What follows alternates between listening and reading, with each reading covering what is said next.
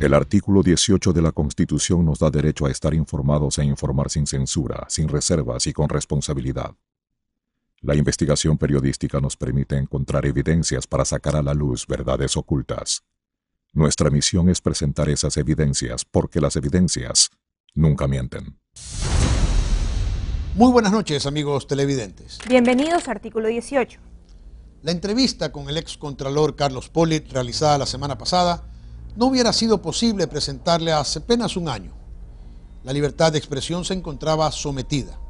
Hoy, gracias a la apertura que ha permitido el presidente Lenín Moreno y cuando estamos próximos a un cambio radical en la ley de comunicación, es posible hacerlo.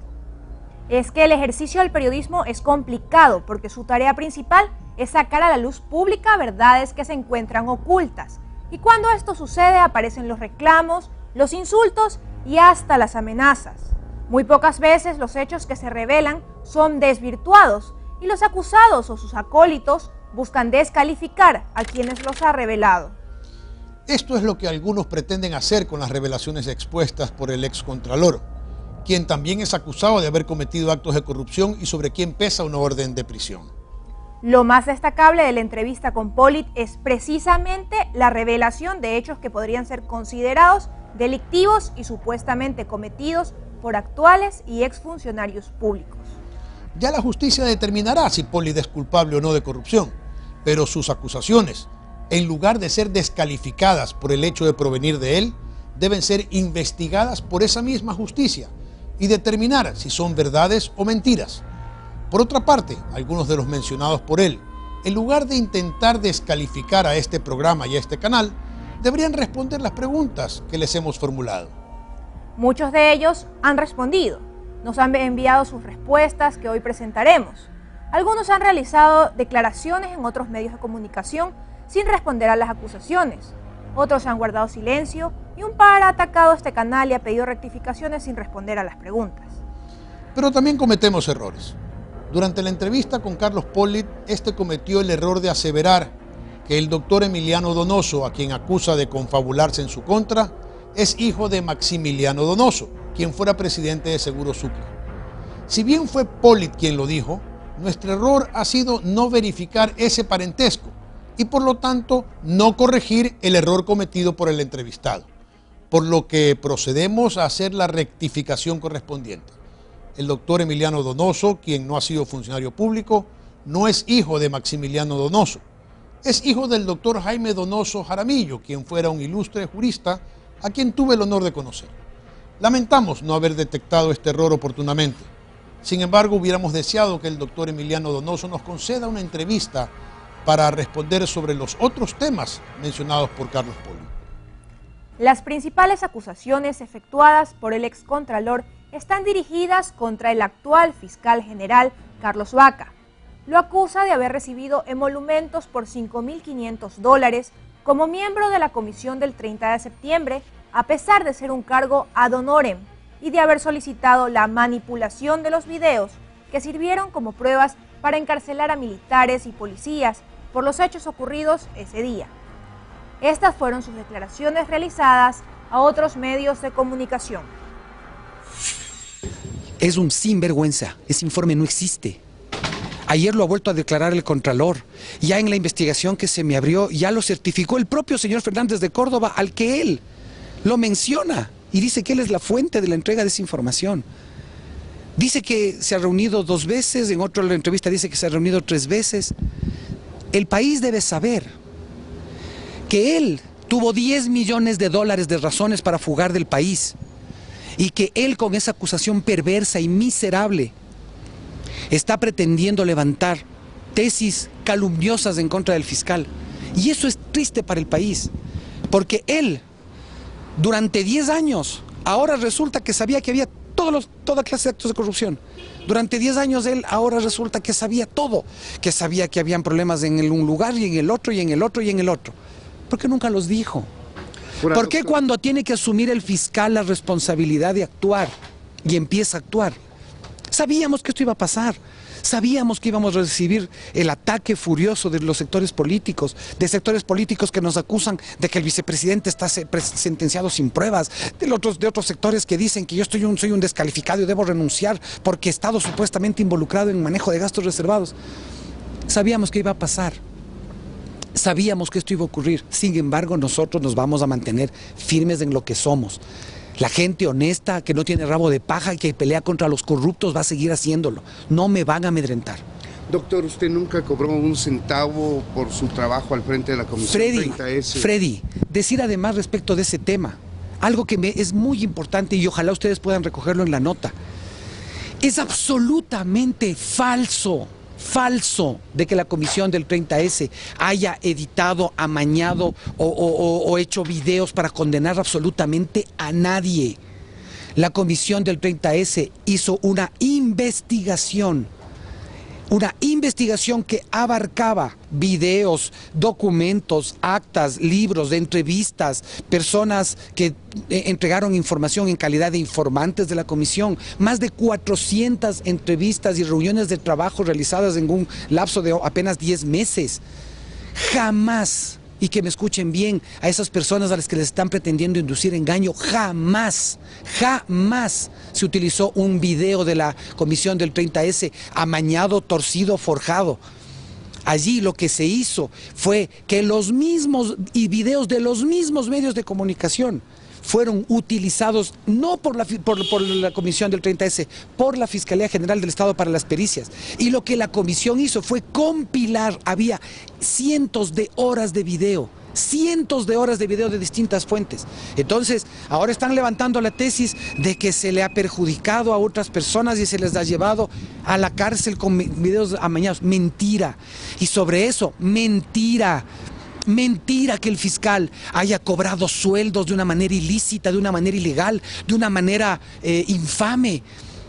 El que debe contestar cómo cobraba y puso a ganar intereses las coimas es el señor Pollitt. Él es el que debe contestarle al país cómo puso a ganar las coimas que le cobró Odebrecht, cómo las puso a ganar intereses. Eso es lo que tiene que demostrar.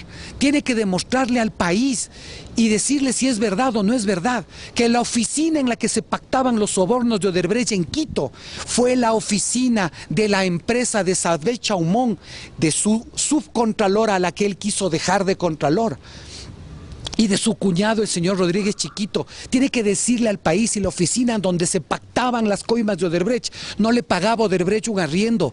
Y tiene que decirle si esa misma compañía no tuvo varios cientos de miles de dólares en contratos con Odebrecht y con Caminosca. Eso tiene que decirle el señor Pollitt al país. Usted es un ladrón, un miserable. Usted es un corrupto. Y usted va a tener que responder ante la justicia por la cantidad de infamias que ha dicho. Eso es lo que usted va a tener que responderle al país. Y aquí está. ¿Presentar algún tipo de acción privada en contra del señor excontralor? Vea, él tiene que venir a responder a la justicia por lo que hizo. Él tiene que venir a responder a la justicia por lo que hizo. Las reacciones sobre los videos manipulados no se hicieron esperar. Los familiares y abogados de quienes han sido sentenciados por diferentes causas, como intento de magnicidio, insubordinación, golpe de Estado, entre otros cargos, reclaman justicia ante la revelación de que la prueba principal en su contra, que son los videos registrados aquel día, habrían sido manipulados. La entrevista del fin de semana pregrabada en el Canal 1 al señor excontralor Carlos Pollitt ha evidenciado los cobros ilegales y que ha existido un informe con responsabilidad penal sobre el que presidía la comisión del 30 de septiembre, el doctor Carlos Vaca Manchego. Pero ese informe aparentemente ha desaparecido. Por eso estoy presentando esta petición para que se investigue primero sobre este informe, donde además, lo más grave del país, que sepan los ecuatorianos, se han manipulado videos para incriminar a policías, militares y civiles. Y no se han investigado policías también que fallecieron fuera de ese sector, teniendo los fiscales todas las pruebas y peritajes. Casualmente ya son algunos de ellos magistrados jueces. Con la declaración del excontralor Pollitt ha quedado muy en claro la manipulación de que han sido objeto los videos con los cuales Fiscalía y los respectivos tribunales sentenciaron a gente inocente. Hoy más que nunca reclamamos justicia y pedimos al presidente de la República que nombre una comisión de la verdad e investigue estos casos y de una vez por todas se haga justicia. Y no es posible que estos 5 años que están detenidos siga vertiendo sangre de muchos hogares ecuatorianos. El presidente de la República debe cerrar esta herida abierta que sigue causando daño inmenso a varias familias del país. Y uno en especial que duele en el alma, duele en el corazón, que es Marcelo Bonifaz Aucancela. Un hombre que nunca estuvo ni siquiera en el lugar de los hechos. Eso lo conocen los señores fiscales. Lo hemos probado ante los señores jueces. Sin embargo, la política pudo más que eso. Fue de conocimiento del ex señor presidente de la República. Fue de conocimiento de los señores fiscales. Fue de conocimiento de todos los señores jueces. Sin embargo, no ha habido justicia hasta la presente fecha. Existe el grupo de la CEMAG, de igual manera, que no se ha hecho justicia, se ha violentado el debido proceso. No se ha cumplido con lo que dice básicamente nuestra Constitución, el artículo 75, 76 y 77. Se ha violentado el derecho de las personas, sobre todo la seguridad jurídica. Existe el otro grupo donde encabezaba aparentemente el señor general Ruiz. El señor general Ruiz ya fue procesado, sin embargo, en otra causa por los mismos hechos, también lo vuelven a procesar. Cuando me refería a CEMAG, hay funcionarios que ni siquiera el día 30 estuvieron ahí, sino al día siguiente. Hay una funcionaria policial, que como consecuencia de este 30S, cuando ella estaba de turno de 1 de la tarde a 7 de la noche, embarazada, fue al hospital de la Policía Nacional, perdió a su bebé y sin embargo, pese a que todas estas circunstancias, ha sido sentenciada. Hoy está prácticamente siendo separada de la institución policial, luego de haber servido más de 15 años a la institución. En el caso de Rebelión, igual varias personas que han sido sentenciadas, muchas de ellas ya han cumplido su pena. Pero tras de todo este montón de personas, tras de este grupo de personas, están familias. Y muchas de estas familias, por supuesto, que hay cuestiones dolorosas, como el caso de los señores de la CEMAG, donde hay una persona, un policía, que tiene 2 niños con discapacidad, sin trabajo. Y en el caso de los señores del magnicidio, pues, que están los señores Lazo, está el señor Guanotasi, está el señor Moyo, está el señor Bonifaz, que ya les indiqué en primera parte, pues, que vienen siendo víctimas de la persecución política. Mi hijo trabajó en la PJ, trabajó hasta las 6 de la tarde, en la cual se fue a retirar a la esposa del hospital metropolitano, de civil, sin armas, sin nada, pero sin embargo le decían que estaba uniformado y con armas. Entonces, ¿qué hizo él cuando dispararon de abajo? Se corrió y se fue. Ese es el motivo que le culparon a mi hijo. Inocentemente le tienen preso. Se nos satanizó y se criminalizó a la policía de una manera premeditada, porque todo esto no fue casualidad. Téngalo por seguro que esto no fue una casualidad. Esto se convirtió en la bandera política en su momento de un gobierno que decidió que pues inocentes terminaran en la cárcel y que nos termináramos convirtiendo nosotros en el blanco perfecto sobre el cual terminaron recayendo todas las miradas y metidos de pronto en el ojo del huracán, cuando realmente éramos policías que aquel día decidimos salir a cumplir nuestro trabajo. ¿Quién se iba a imaginar que una protesta de pronto, que realmente en donde se dio realmente porque nos sentíamos perjudicados? Si ustedes recordarán, en aquel entonces, artículo 115 de la Ley de Servidores Públicos decía claramente que los servidores policiales, militares y cuerpos de bomberos quedaban sujetos a lo que estableciera el Ministerio de Relaciones Laborales. Esto realmente nos dejaba en el limbo y ese fue el malestar Y hasta el sol de hoy, conociendo los señores jefes, porque el día 23 de septiembre en la ciudad de Guayaquil hubo una reunión con el Consejo de Generales, los cuales dijeron, y tengo que decir la verdad, que no pasaba nada y que no había ningún malestar, que no nos preocupáramos, que no iba a pasar nada de sorpresa. 30 de septiembre se dieron los acontecimientos que ya son de conocimiento general.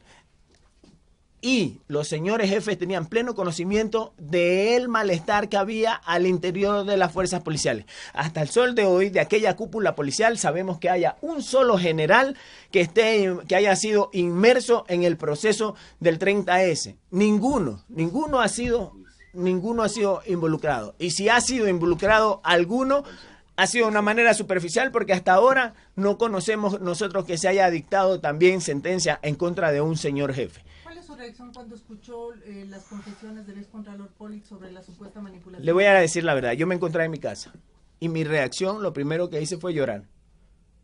Y hoy creo que hasta ahora se me salen las lágrimas de saber que puede existir gente tan mala que premedite tantas cosas, que sigan haciendo tanto daño después del daño que ya ocasionaron a policías, 6 policías, 12 años por magnicidio. Hay un compañero ahí, un compañero que está enfermo.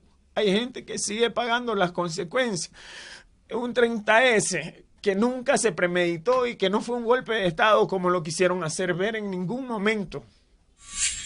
El actual contralor Pablo Celi también reaccionó y asegura que el informe no existe en la Contraloría General del Estado. El señor Carlos Pollitt debe responder ante el país en procesos judiciales que en este momento están en curso y que aluden a un conjunto de actuaciones de su parte que ahora son públicas.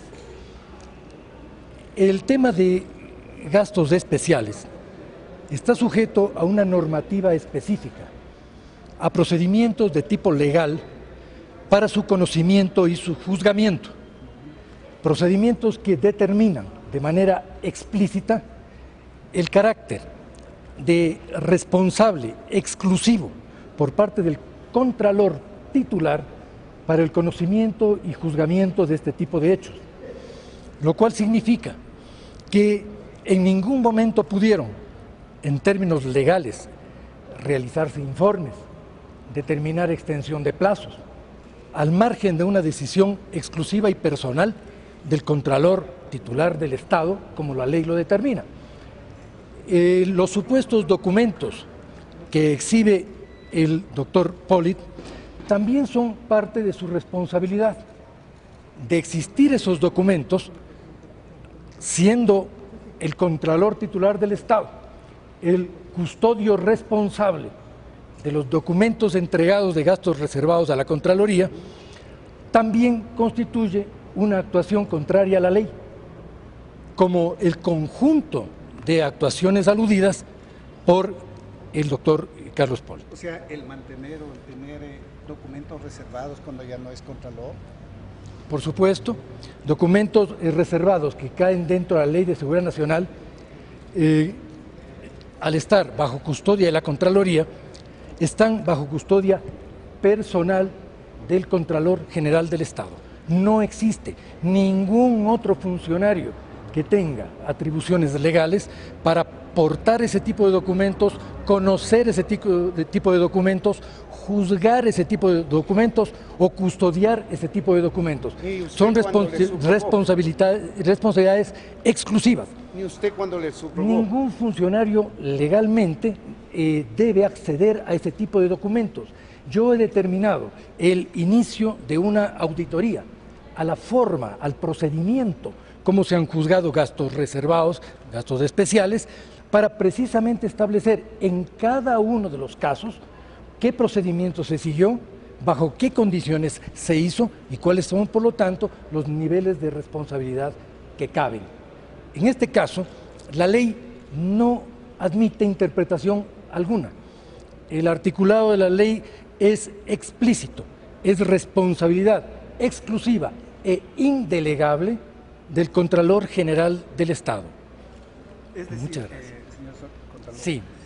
Es decir que ¿ustedes se ratifican de que no existe ese documento, ese trabajo de investigación, ese informe? Yo, de manera oficial, respondí al requerimiento de la señora fiscal Tania Moreno.